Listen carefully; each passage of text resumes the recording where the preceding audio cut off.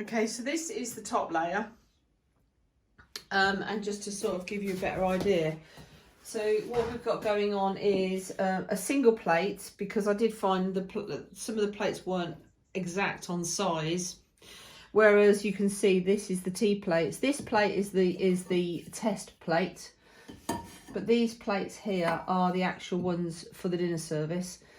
But I managed to stack them on top of each other, doing an inside and out mechanism.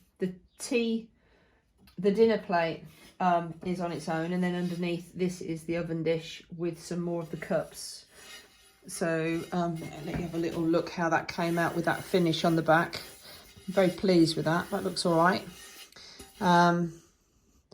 So we got to obviously see, just make sure I've got nothing in this plate. We've got to obviously make sure how we go. So just to get this one out of the way, my best friend rang me. She wanted a vase or something for her sister's 50th. So I just thought I'd get that made and add it into the pot. That's going to have the beautiful, the go-to glaze, as I say, the lovely textured turquoise and copper. So in here we've done lots of cups.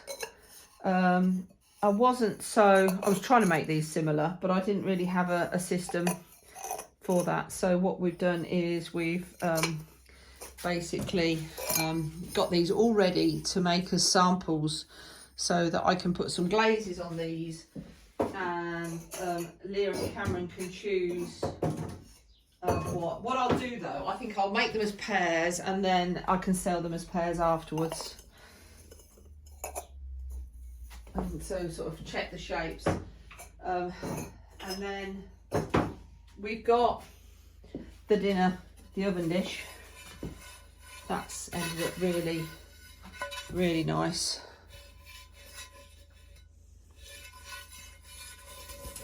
And when that's glazed. So the question mark we're having is on a lot of these lower plates is whether to just glaze to the top line and leave all of this outside as clay, or whether you go back down a little bit over the rim, and that's a choice I'm going to let them have.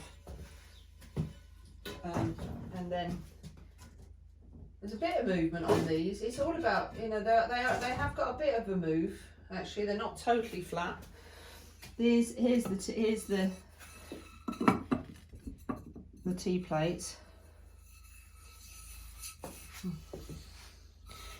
So 1, 2. You see they've got the heat. The heat has changed the colour of that, but I'm sure that'll be all right when we have a crack. Okay, so we have one cracked. Bit more of a bow in that one.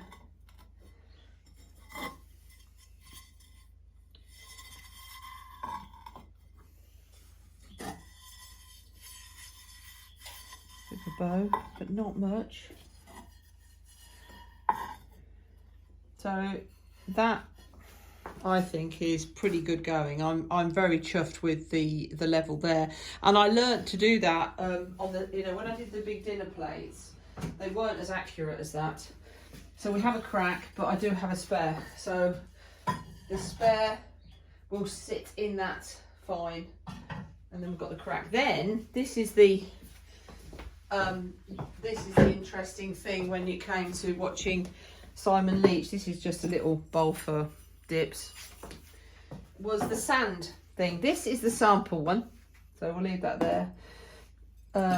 And this is how I've done these. Now, I will say it took quite a while for me to be able to put the bungs all in, because even though this sand is like this, and I really felt I'd got all the plates dry, it took a long time for the water moisture to be totally gone. Now, one thing I have learned, if you haven't heard this technique, was somebody said at one time, put a mirror against your holes at the front of your kiln, and if there's any moisture, don't put the bungs in. And that's the route that I have followed. So Right, that's the sample one. I just want to get the sample one out of the way because they weren't as good, but I'm glad I made a spare one. I haven't got a spare dinner plate, so if I haven't got a spare dinner plate. So that gives you some idea underneath about how worried I was with regards to getting everything fired. Interestingly enough, this is a cone for firing. It is 04 firing. It is just bending. It is just starting to go. I spoke to the gent at Corby Kilns the other day who dropped some clay off for me, and he made an interesting thing about understanding cones and your kiln. Think of the kiln as a temperature, and the clay as a piece of you know, a cake.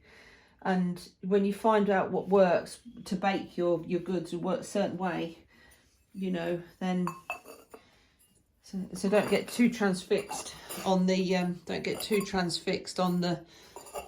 on the cones. If it says a cone 7, which some of you will know has been a little bit of my worry, but everything's coming out really well, then it may be.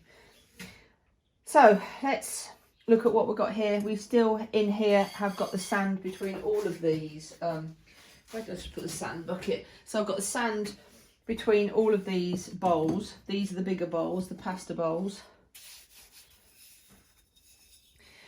And now I did wonder if you're doing sand, whether it was going to affect the speed and the time it would take to warm up.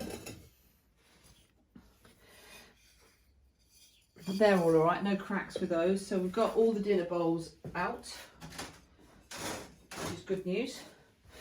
These ones are the dessert bowls. Again, sanded up. It's took the pressure on the rim. If these were sitting in like this, that they could have got stuck. So the sand, obviously I've just got to make sure I've brushed all the sand away before I glaze.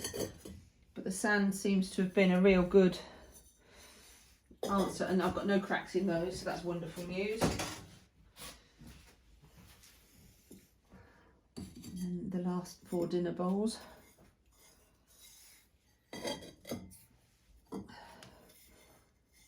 So that's, it was all. I just think every stage of learning with pottery can be a very nerve-wracking.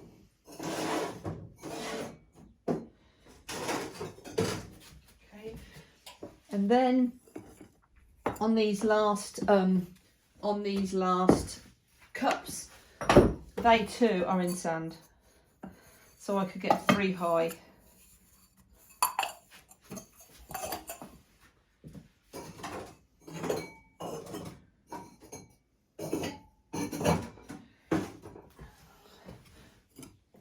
As I said, they're not all matching, but it's clay. It doesn't have change when it takes second firing as well. It's very pink at the moment, and of course when it has its second firing it goes very brown really.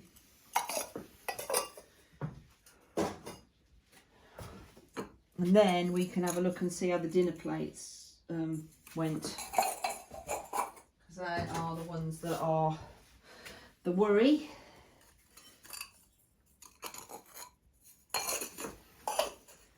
So that sand was just about enough for what I needed.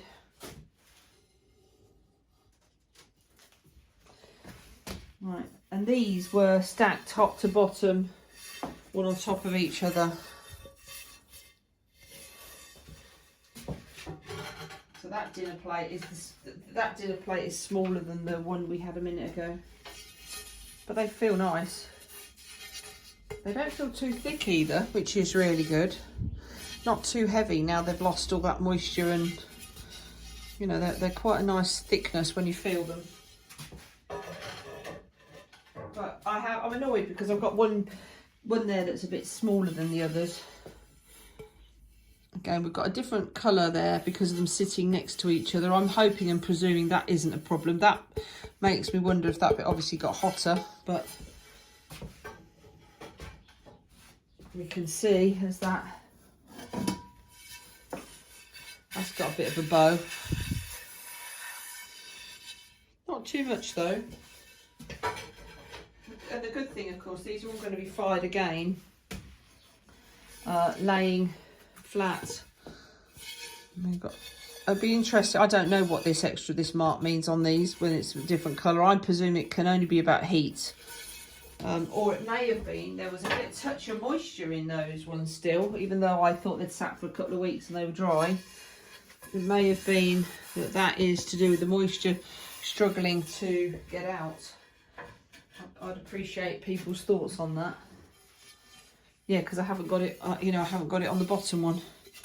Anyway, let's turn the camera around and show you what we've got.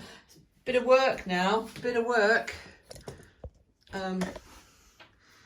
Right, there you go. So that is quite a bit of work to get painted and worked out. So I'm obviously going to do those little cups first, and I'm going to do the bud vases, get them in the kiln, except the fact there's space, get them in the kiln, and then I'm in a position where I can work out what I need to do for these, which will be really good fun. Thanks for joining in. See you soon.